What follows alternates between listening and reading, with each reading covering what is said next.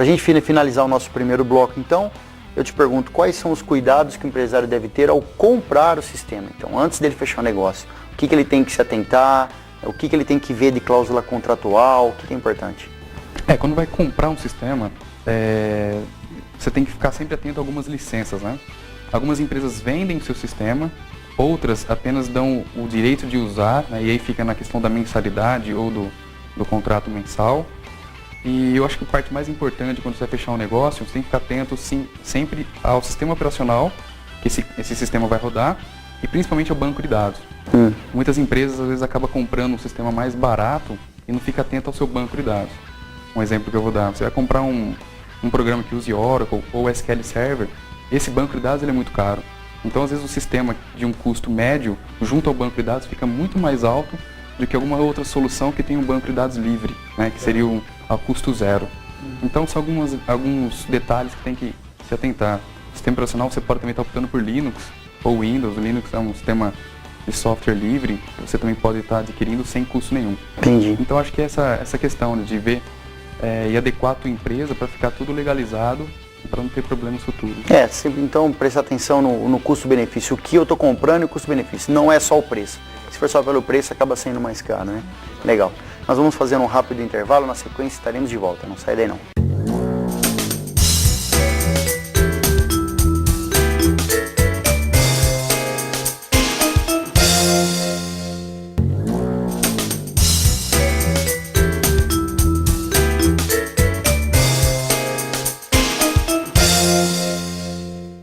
Voltamos para a segunda parte de nosso programa, hoje falando sobre o tema Sistemas da Informação, com o meu convidado, o Marcos Martins.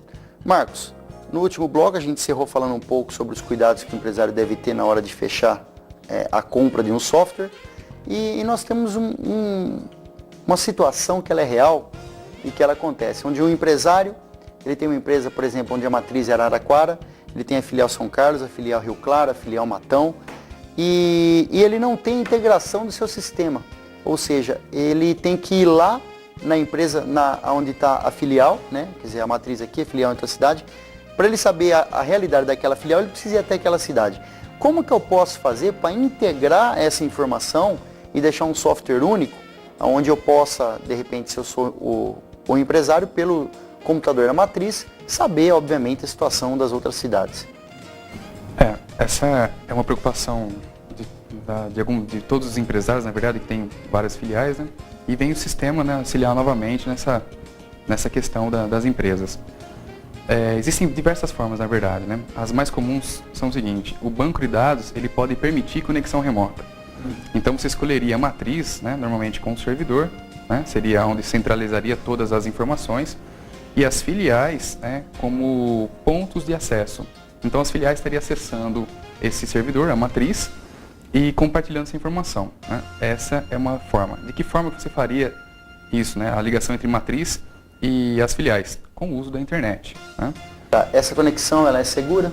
Ela é segura, né? Tem risco de invasão, de hacker, enfim?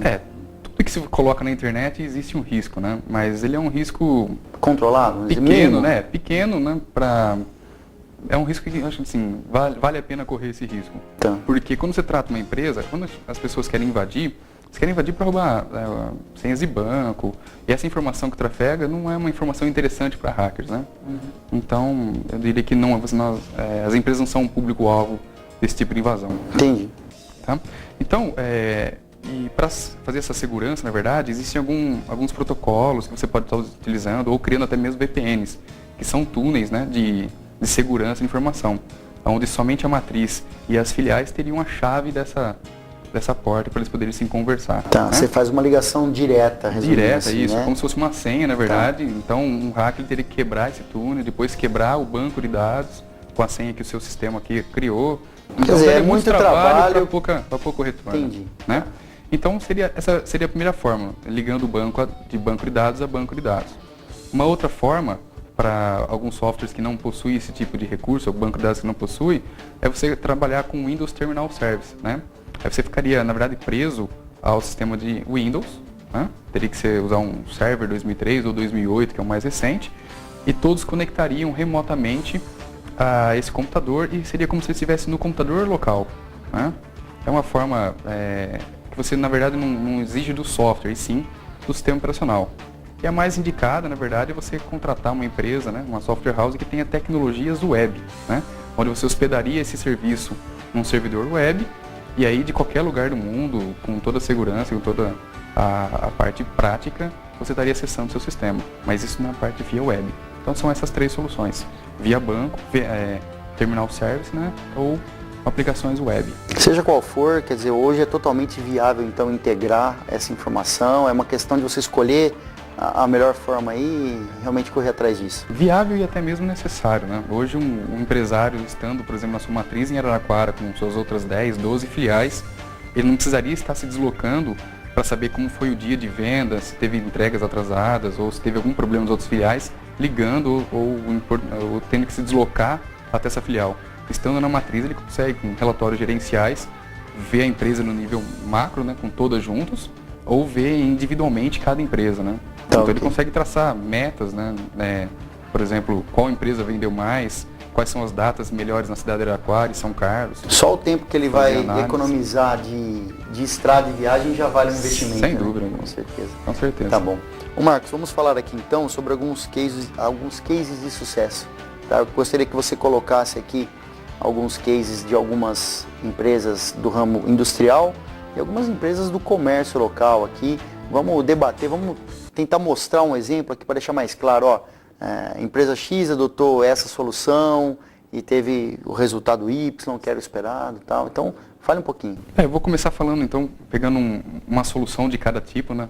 Usando essa pergunta sobre as integrações de outros filiais, que ficaria, eu acho que legal. A primeira que a gente pode falar é sobre a transportadora Morada do Sol.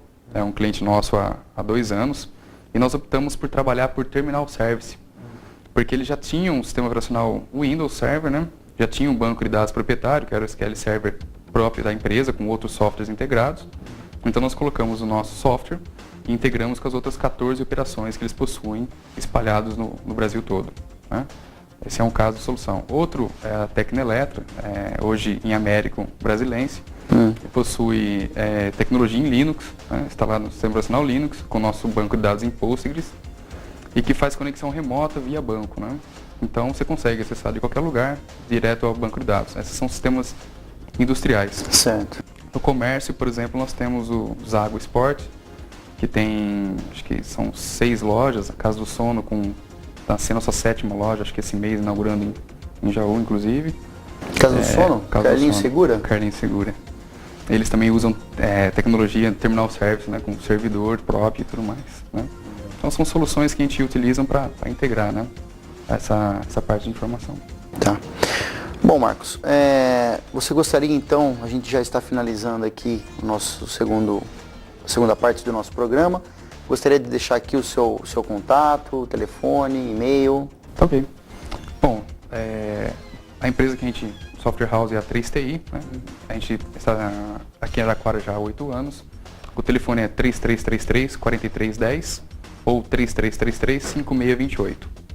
O site nosso é www.3ti.com.br e o e-mail é marcos@3ti.com.br. Muito bom. Marcos, agradeço a participação sua no nosso programa. E você aí de casa já sabe. Dúvidas, perguntas ou sugestões, mande seu e-mail, participe do nosso programa, dicas@ipremium.com.br. Siga-nos no Twitter, www.twitter.com/dicaspremium. Dicas Premium tem o apoio da Ciesp e a CIA Araraquara.